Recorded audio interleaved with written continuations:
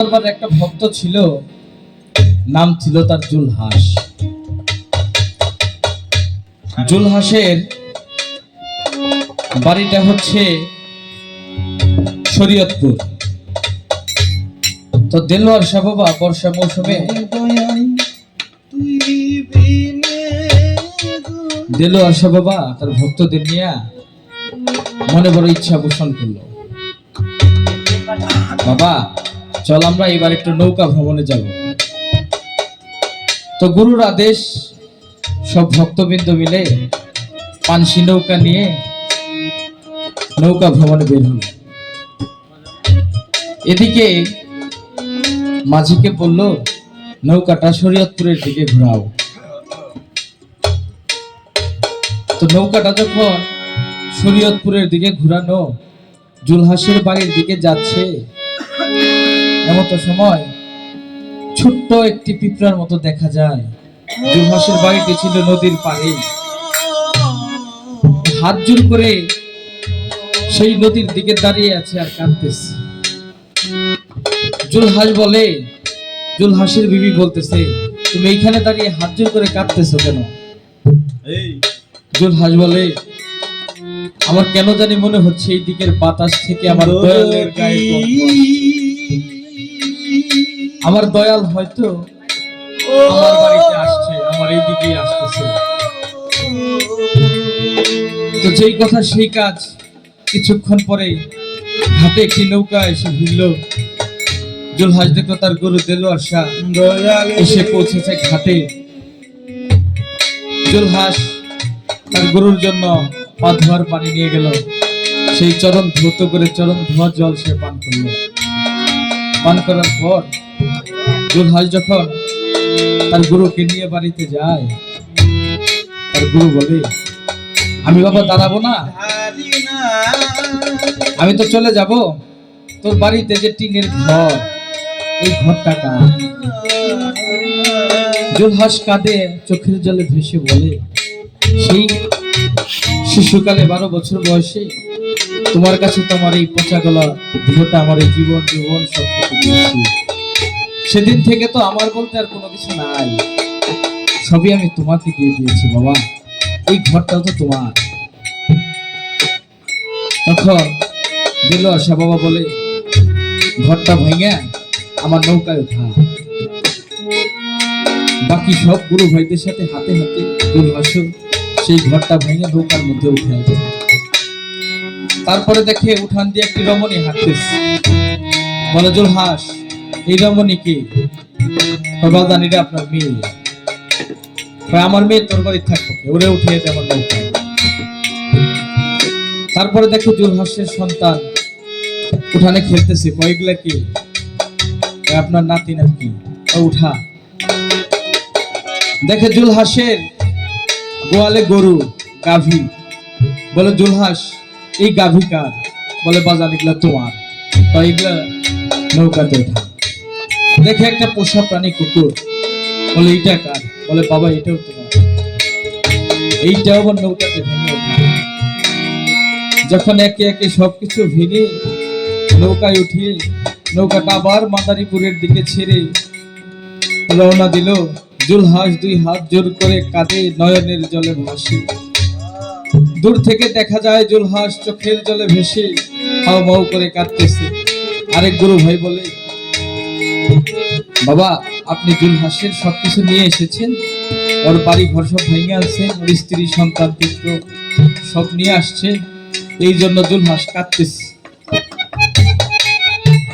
তারপর দেলোয়ার শাহ বাবা বলে, নৌকাটা ঘোরাও। ঘুরিয়ে জুলহাসের কাছে আসে। আসার পর, এই বেটা তুই কান্না করতেছিস কেন? তোর ঘর নিয়ে গেছি এই জন্য কাঁদতেছিস? কয়, না বাবা আমি এই জন্য কাঁদি না। কয়, স্ত্রী পুত্র সন্তান সবাই নিয়ে গেছি এই জন্য কাঁদিস? বলে, না বাবা এই জন্যও কাঁদি না। তোর গোয়ালের গাভী নিয়ে গেছি এই জন্য কাঁদিস? কয়, না বাবা এই জন্যও কাঁদি না। তো জুলহাসকে বলে, তাহলে কাঁদিস কেন বেটা? কাঁদি এই কথা ভেবে যে তোমার নৌকার মধ্যে আমার পশুর জায়গা হলো, স্ত্রী সন্তান সবার জায়গা হলো, আমি অধম জুলহাসের জায়গাটা তোমার নৌকার মধ্যে হলো না। আমার অধম আমার জায়গাটা শামসুদ্দিন চাঁদ তোমার নৌকার মধ্যে হলো না, আমি এইটা ভেবেই কাঁদতেছি। তুই বিনে দরদি আমার নাই রে, প্রাণের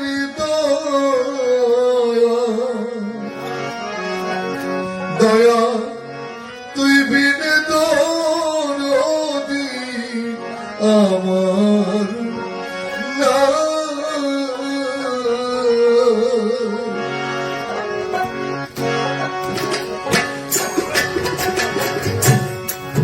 তুই বিনে তো রাজি আমার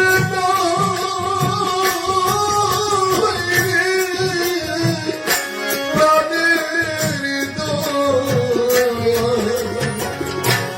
দয়া তুই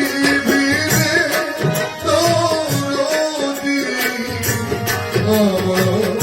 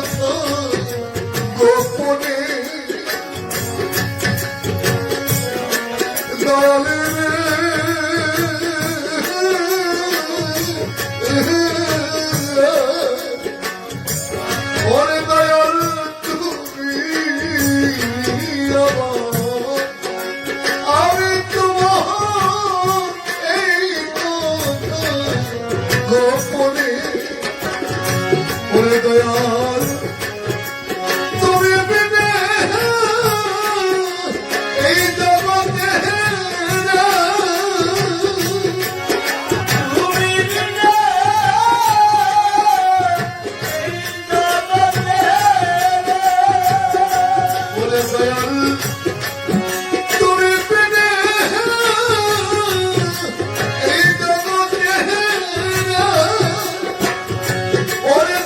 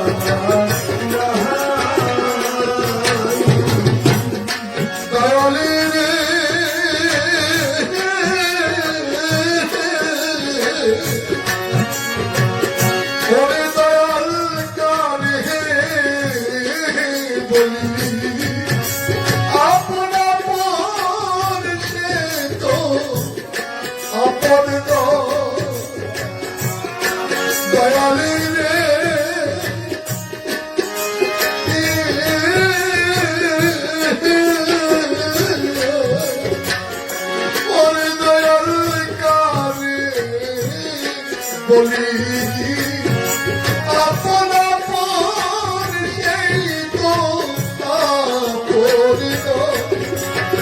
আপন দয়াল তুমি ছাড়া এই জগতে তুমি ছাড়া এই জগতে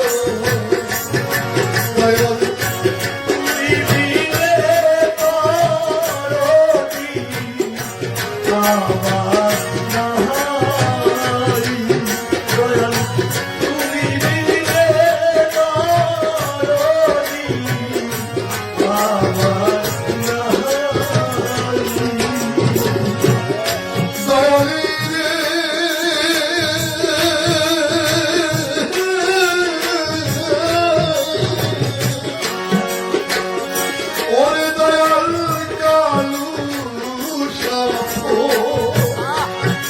কিরে বলে বিছে রে ঘর বাড়ি দয়াল রে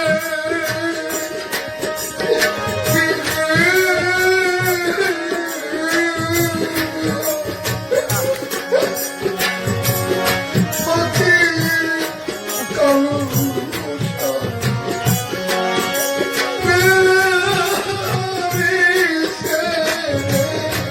সাপো